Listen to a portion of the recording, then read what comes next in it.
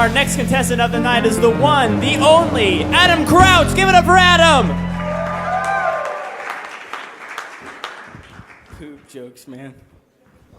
So it rained today. That's just some small talk. Started off.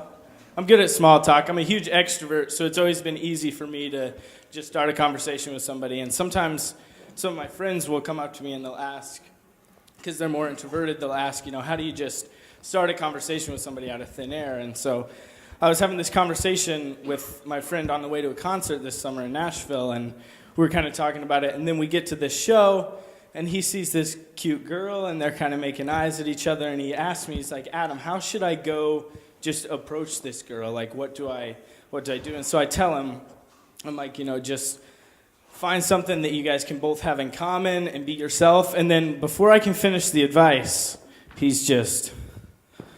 he's walking over with the swag of 2011 Justin Bieber's in his step.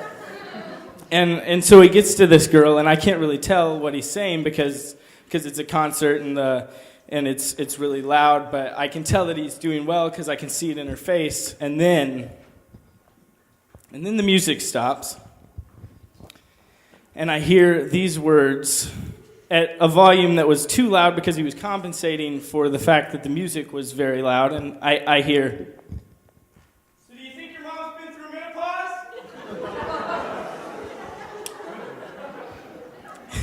And it was right as the music stopped, and so everyone in the entire venue looks at him, and the band stops, and they're like, they've got their instruments just hanging, looking like, well, has mom been through menopause?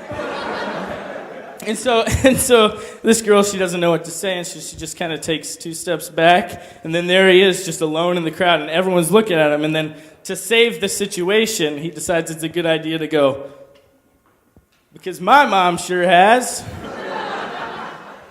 And then he walks back over to me with the same swagger. He walks back over, and I'm just like, I don't know this guy. What are you talking about? Why is he coming over to me?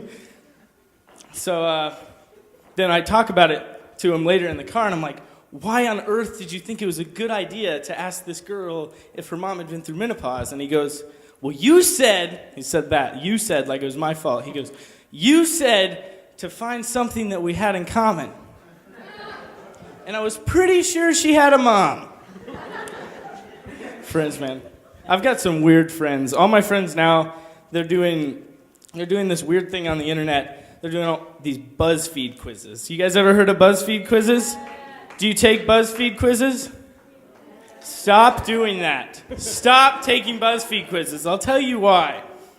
This is how BuzzFeed quizzes work. They're like titled like, which The Hills character are you? Or which color of the rainbow suits your eyes best? Or which 2-digit prime number are you? And then they're all just pointless. And so you answer all these questions about yourself, and then it tells you like which character from The Lion King you are, or whatever the quiz was. And then there's this bogus feel-good explanation as to why you're Simba or whichever character you are. And then so there you are, alone in your room like you have been for the past 3 hours, sitting on your couch, and you're like, you know what?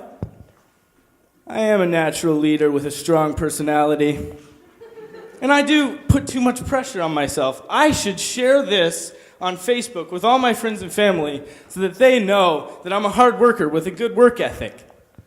But nobody buys it. Nobody buys it. You know why? Because that's the 15th BuzzFeed quiz result you've posted today. We know you're not a hard worker. You've been on your couch taking BuzzFeed quizzes for 15 hours. No one buys it, but that's the world we live in. We live in the age of the internet and technology, and it's scary. The internet is absolutely terrifying, and I'm on it all the time, and that's even scarier. And there's a new generation that's getting on the internet now, and it's the scariest generation yet. And I'm not talking about our little siblings, older siblings. I'm not even talking about our parents. They've been on for a while now. I'm talking about our grandparents. They're on the internet now, and it is terrifying. I'll tell you why it's terrifying. Because they don't know what they're doing, but they don't know that they don't know what they're doing. I'll give you an example. My grandma, she's on Facebook. She's been on Facebook for a while. And the other day, she shared a photo. she shared a photo. She shared it from the page, The Friendly Muslim. My grandma is not a Muslim. And so I scroll down a little more and I see that the photo that she shared is just a yellow background with just Arabic.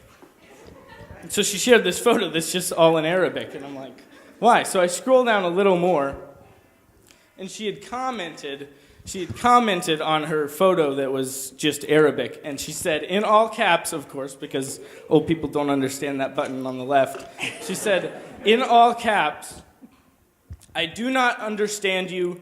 Please speak to me in my own language. She said that, and so I commented back to her. I said, Grandma, they don't speak your language on the internet. You might want to shut that computer down. Thank you, guys.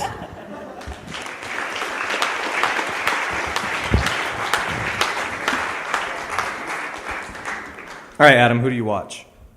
What? Who do you watch? Who do you like to model? Who? Donald Glover. Okay. I like a lot of others. Mitch Hedberg's another favorite of mine, but I can't make his style. Yeah, no, I think you're right there. You have a style that works for you, and I think people are naturally drawn to that style. But one trend I noticed with your jokes that I don't know if, I mean, this is something comic comedians, you kind of deflected all the funny stuff to other people instead of putting it on you. It's my friend did this, my grandma does this, my friends do this, where I think maybe if you at least peppered that with some of your own personality and some jokes, more self-deprecating jokes, I think that you'd get into a cadence with it better. But the stuff that you had, those stories from other people were pretty solid. Adam, I especially resonated with any of your jokes that had anything to do with old people, like grandparents on Facebook and menopause. Those are deep connections that I have with your content. Bottom line, Adam Crouch, anything you do makes me laugh. You made me laugh. Yeah. I almost thought of a really good analogy, so I'm going to almost present it right.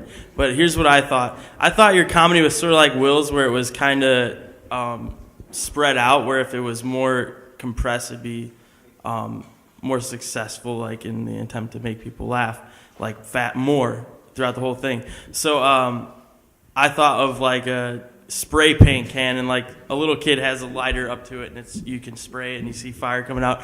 It's like, oh, that's cool. But it would be cooler if you take all that compressed spray paint and then you put it on a fire and then it explodes, and everybody's like, what the heck was that? And it's like, it's more of a bang. It's more that was a terrible let's just